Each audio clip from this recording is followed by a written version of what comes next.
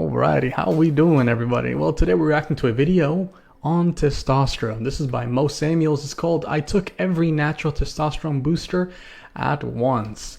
A lot of you guys have been asking how to increase your testosterone. I don't really see much of a reason to increase your testosterone because it'll happen with you already being healthy.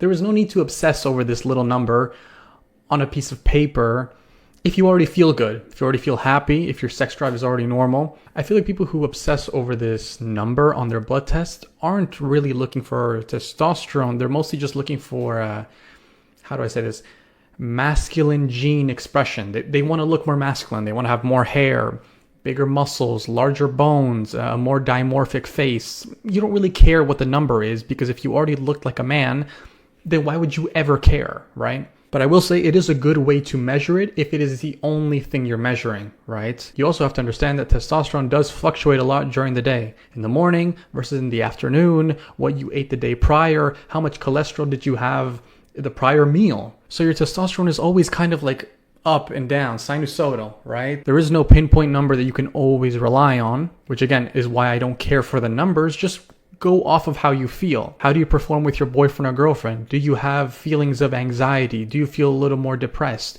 Do you have less feelings of anxiety and depression? That's a good sign that you have high testosterone. Do you want to go to the gym? Do you want to have sex? All of these are wonderful ways of assessing how you feel, but you do have to learn it. It is a little bit of body English.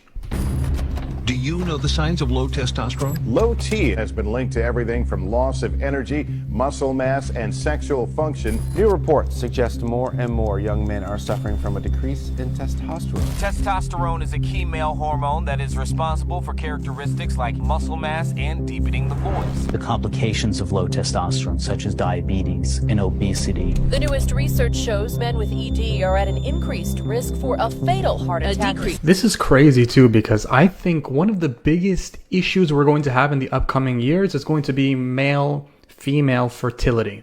Now, there's a bunch of factors I could get into. Diet, the explosion of exercise, gym culture, the supplements everyone is taking nowadays, which are always laced with gasoline or kerosene. But it mostly comes down to nutrition and an excessive use of exercise. Physical strength, a loss of bone density, decreased sex drive, and erectile dysfunction. And very often, mild degrees of depression. You want your testosterone to be as high as possible as a man. There are 3 natural ways to get your body to produce more. 6 best supplements to take. How to boost testosterone naturally. Sungut Ali. Forskolai. Take deosporic acid. Zinc is very crucial for increasing free testosterone. Second, you want to take magnesium, which is very good at increasing total testosterone. Those men that take antioxidants. Holy shit, man. Listen, these supplements do help normal people. What I mean as in normal people is people who don't eat how they're naturally supposed to.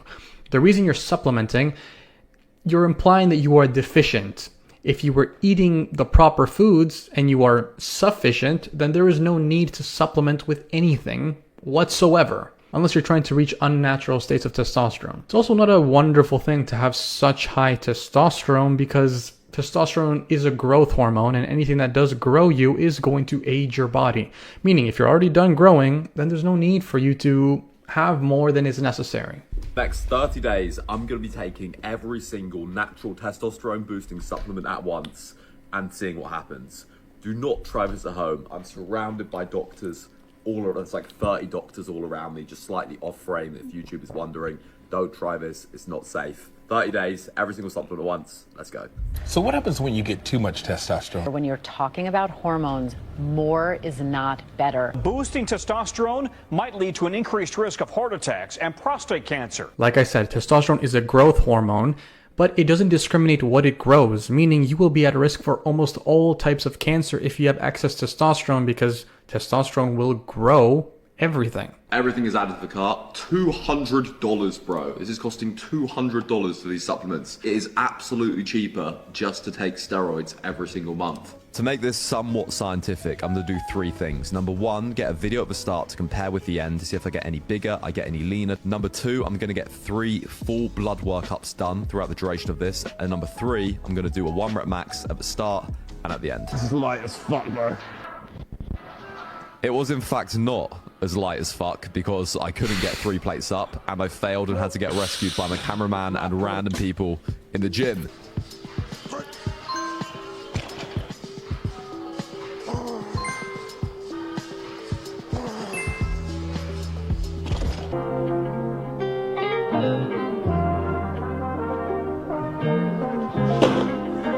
The order has arrived. This is everything that I'm going to be taking for the next 30 days. Every single day I'm having 400 milligrams of Tonkat Ali, 600 milligrams of Fidogia agrestis, 400 milligrams of 4 Kushola, zinc like 30 milligrams, magnesium glycinate 400 milligrams, ashwagandha 600 milligrams, 3,000 IU of vitamin D a day, 9 milligrams of boron a day, 250 milligrams of ginseng a day, and 5 to 10 grams. All of these plant compounds are toxic to your body. That's why they're going to increase the testosterone in your bloodstream. They're not going to increase your total testosterone. The only way you can increase your total testosterone is if you eat the foods that are precursors to making testosterone, meaning foods high in cholesterols and saturated fats. That's how you can actually increase more testosterone in your entire body. But to add plant compounds, all that does is pull it out of your brain, out of your important vital organs, gets it into the bloodstream, because it's mostly trying to detox these plant compounds. These are foreign chemicals. Your body doesn't know what to do with them, especially if they're powdered, and if they're supplemented, then a lot of companies use either gasoline or kerosene to extract nutrients, because these nutrients aren't bioavailable and they're not bound to anything. They are just a nutrient, which in deficient people, yes, could help. But then again, why are you deficient in the first place? That's the more important question you should be asking yourself. So the plant compounds on paper are going to increase your free testosterone. Yes. The only thing that might help are the zinc, the vitamin D, the boron. But again, these are just things you find in healthy animal products. A day. So right, this is everything that I'm taking for the next 30 days. Am I going to end up stronger, leaner, better, or am I going to end up... This is day 1. We got 13 pills to take. I'm going to try and do them all at once. If there's one thing that I've learned to do well throughout my 20s, that is consume copious amounts of pills with minimal amounts of water. There we go. I'm expecting like a werewolf transformation right now. Like, all my like skin's like Dead Space. Like I become a, what are they called? What are they called? Something morph. It's been 15 minutes since I took the pills, and I am overcome with the sudden urge to shit. We can take all of these supplements and we can group them into 2 groups. We've got supplements that increase testosterone production and regulation, and then we've got the supplements that give you nutritional and physiological support. Tonkat and Fidogia work by stimulating or increasing LH, which is a luteinizing hormone, which is going to boost natural testosterone production.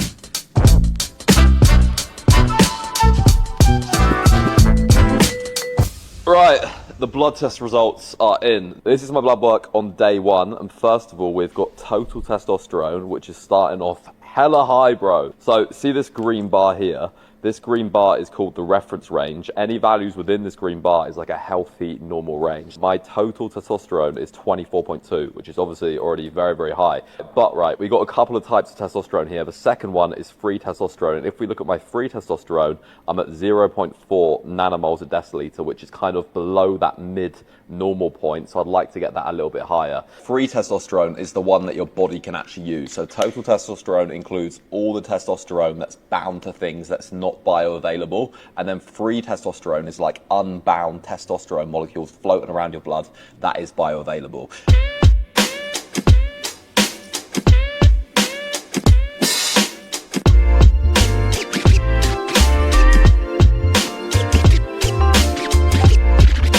I wouldn't be training if you're trying to increase your total testosterone chronically, as in over a long period of time.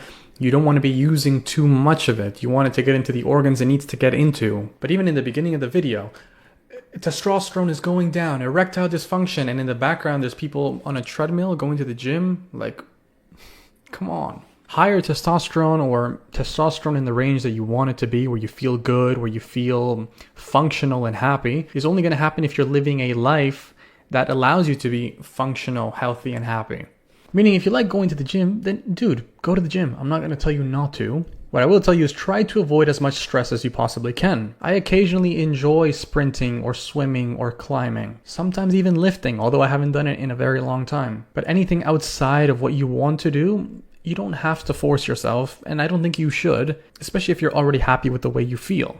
I could almost see this obsession with testosterone and trying to get more numbers on your testosterone test. The same way people want more PRs, they want to lift more weights, they want to get bigger in the gym. Ultimately, because at the end of the day, you do not feel good enough. Because if you did, then why would you care to have a little blood test? And whatever the number is, why would it ever matter to you if you already feel good, if you already have everything you need? 1 week of pills complete, day 7, we're about to smash some more. I reckon something is happening. I feel like my sex drive is definitely up a lot. Unfortunately, my girlfriend is away for the month, so I'm just jacking off into my socks. I do have one small concern with doing this. I put a video up last night on TikTok which blew up and did super well. A lot of the comments were saying Fodogia agrestis is known to cause kidney failure in rats, and taking all these things at once probably isn't the best idea, which I do agree with. There is one thing I'm slightly worried about, and I feel like my nipples are a little bit like gyno-y or getting a little bit puffy. Nutrition and sleep are going to be the 2 biggest things that affect your testosterone. So first of all, I'm trying to ensure that I'm getting 8 hours of sleep a night. Second of all, I'm ensuring that all of my nutrition stays pretty much the same every single day. This is what my full day of eating looks like. Is that bread? Man. Meal number 1, we've got homemade sourdough with avocado and eggs for those good healthy fats that support. Sourdough's a little better, but then again, he just cooked it. So all the bacteria that you're trying to get out of this fermented product is dead because it's cooked. The fat is good. Avocado fat is all right. It's monounsaturated fat, which we are made of a little bit. It is also present in animal products in the ratios that we need it in. So you don't need to eat avocados. The egg was cool. Alrighty. Lots of cholesterol and the yolk does look runny, so I'll give him points for that. Testosterone, chicken sausages, lean low-fat bacon. Meal number 2, we've got air-fried wedges with Mediterranean. Want more fat, less carbs. Vegetables, a chicken breast cooked in the air fryer, and then meal number 3 is protein oats with Cinnabon flavored protein shake from Ghost. And then 4th and final meal, I will go absolutely all out and cook something like a healthy beef ragu with homemade pasta, basically something that's a bit of a fattier meat. So like, honestly, all the recipes actually look pretty good. I might be saying this because I'm hungry, but if we're talking about testosterone production, he needs much more saturated fat. He needs much more cholesterol, and ideally he does not cook it. He gets a raw ribeye steak, has lots of creatine, all your amino acids, tons of saturated fat and cholesterol. Honestly, if we're talking about testosterone production, I'd probably go with liver and beef ribeye steak. But it's cool. He's like homemaking everything. It's going to be better than buying it at the store, but not by much. Beef, maybe a steak, maybe like a homemade Italian pasta style dish.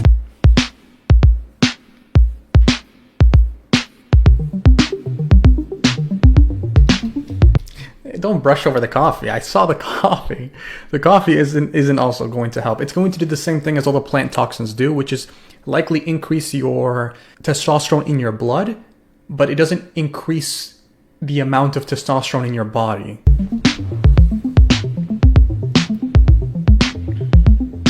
During this session, I started to feel something magical happening, and I don't know what it was. I don't know if it is from the supplements, from the high testosterone, but I was getting the best pumps of my life in the gym. The pump in this training session was just so good. I felt so thick, it just full and juicy. The best way to describe it is I just felt hard, like my muscles feel hard and vascular and solid and like... Imagine if this experiment was I decided to eat raw meat for 30 days and how he would feel in the gym.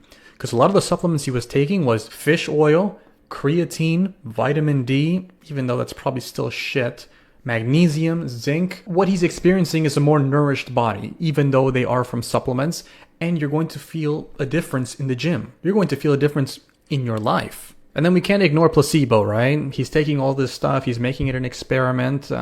You would almost want to feel something. So maybe after a week, you might start believing, wow, these things are working. And so they, in a sense, actually start working. Not that that's a bad thing, I just don't want us to ignore it. I definitely feel like I'm getting more of a pump in the sessions. Like, I'm fuller day to day.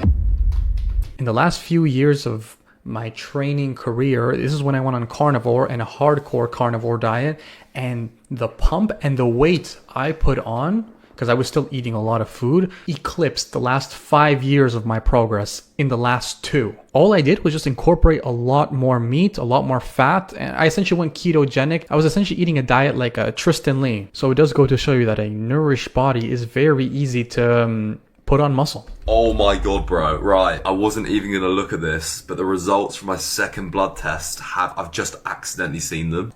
I'm gonna open the results now. I'm gonna click them, view my results. Okay, you ready? You ready? You ready? Your testosterone results are high. Bro, that is a massive increase. My prolactin, which gives you gyno, has literally doubled. It has literally gone from 282 to 565. Oh, fuck. My free testosterone is almost outside of the natty range now as well, at 0.5. What else has changed? Hopefully my kidneys are alright. Sex hormone binding globulin is 41.3. Testosterone is 26.9.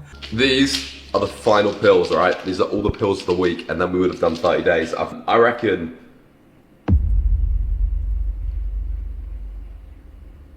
I'm a fucking idiot, bro. I just realised what I've been doing is I've been taking 600 milligrams a day of Fidogia agrestis, and then I've been taking Tonkat Ali 400 milligrams that also contains 600 milligrams of Fidogia agrestis. So I've been taking 1.2 grams of Fidogia agrestis every single day. And think about it, guys. Anything that is poisonous for you is poisonous for you. What I'm trying to say is that regardless of the dose, things that are harmful for you will always be harmful for you. So in small doses, Fidogia agrestis gives you liver and kidney malfunction. If you decided to take 50 grams of Fidogia agrestis, your liver and your kidneys would likely shut down. And then your body responds to this damage by secreting more testosterone, and people think that you are more masculine because you've poisoned your body. Right, we made it to the end of the 30 days, and this is how my physique is looking. Bear in mind, for the last week, I was ill and didn't train. Weight has stayed pretty much the same throughout this. And comparing the shots, I'm absolutely leaner on the right. Like, midsection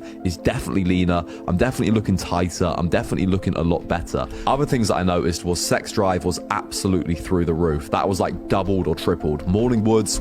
Your body tries to detox whatever poisons you put in it, sometimes through its ejaculate. Meaning if you're very horny all the time, then something is wrong. You are ingesting some sort of poison that your body is trying to get rid of, or else you wouldn't be this horny. A good way to figure out if you're healthy sexually is to find out what the quality of your sperm looks like. So you can go take a test and they can look at your sperm through a microscope, and they will essentially see the motility, the morphology, and your sperm count. And then when it comes to having sex, how well do you perform? You're not thinking about sex all the time, but when it happens, you are ready to have sex. That's a good indicator. But you shouldn't be horny all the time. You shouldn't be wanting to have sex all the time unless you're hitting puberty or you're ovulating. Then that obviously makes sense because there's a natural uptick of the sex-wanting hormones in the first place. Were like every single day, and absolutely, I can't believe I'm saying this, absolutely fucking rock hard, mate. I felt a lot more vascular, a lot more pumped, a lot more fuller, and the training was just like generally more enjoyable. And finally, to wrap everything up, I'm on my way to the gym to do my 1 rep maxes at the end of 30 days.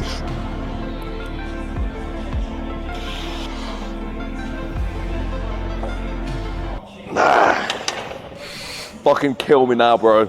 I'm not even gonna try the deadlift. We haven't got any stronger. The final set of lab results have just came in, and I was not expecting. Yeah, he's already pretty strong, so I don't think these little supplements are going to do much for him. If he was a very unhealthy individual and then he decided to nourish his body even with the supplements, then yeah, maybe he would have seen a strength increase. This at week 4, my free testosterone has gone down to 0.334 nanomoles a litre. It is significantly lower than it was at the start of the 4 weeks. It is down to 0.3, so it's lower than it has been during this whole thing. This one is really bad. So my total testosterone has gone down to 17.9 nanomoles a litre. It's lost almost 10 points from the highest point 2 weeks ago, putting me at the bottom of that natural range. This demonstrates perfectly the problem of doing this right. It's either not gonna do anything and you're just gonna waste money, or if it does work because you're taking so many different things, number 1, it's not gonna be safe. Number 2, what's gonna happen when you stop taking these things or when your body starts to get used to it? Don't worry about supplements. Don't worry about doing all this like crazy cryptic things that you see on Instagram and you see on YouTube and you see online. The only 3 things you need to focus on are gonna be 8 hours of sleep a night, not being fat and eating healthy, unprocessed food and not stuffing your face full of shit, and weight training. Yeah, honestly, that was pretty good. I like the way he rounded that off. It's most of this shit is bullshit. It's not going to give you permanent results, and if it does, then you have to rely on these medications for you to get the results, when I would rather you just rely on your food. And the results that they're giving you at the end of the day is your body trying to detox the toxic chemicals. There's no other way to synthesize and produce more testosterone in your body that you have already, unless you're eating precursors to testosterone, cholesterol and saturated fats, and you're getting into an anabolic state, which the only anabolic state known to man is to sleep. And I'm glad he did the experiment to make you realize these things. Aside from the weight training. Now, in the first week or two, there was a big uptick in his testosterone and he was feeling really good. I find this normally happens when you start doing anything that damages your body. In the first week, there will be an upsurge of testosterone in your bloodstream because you're damaging yourself. But then after those 1 or 2 weeks, you chronically start to have even lower testosterone than what you began. That's exactly what we saw happening here. I also noticed even in the before and after, he was very pale. I think he should have put a lot of emphasis on getting lots of sunlight. He should have been 2 shades darker by the end of the month of him doing this experiment, simply because vitamin D does synthesize testosterone. So a nice deep tan showing that you have vitamin D and excess stores of it, because vitamin D is stored in the skin, would also show healthy signs of testosterone. But no, I love this video, very informative. I think we know what to do and not to do. Not that we should really be focusing on it to such an extent nowadays anyways. Hope you guys enjoyed, and as always, take care.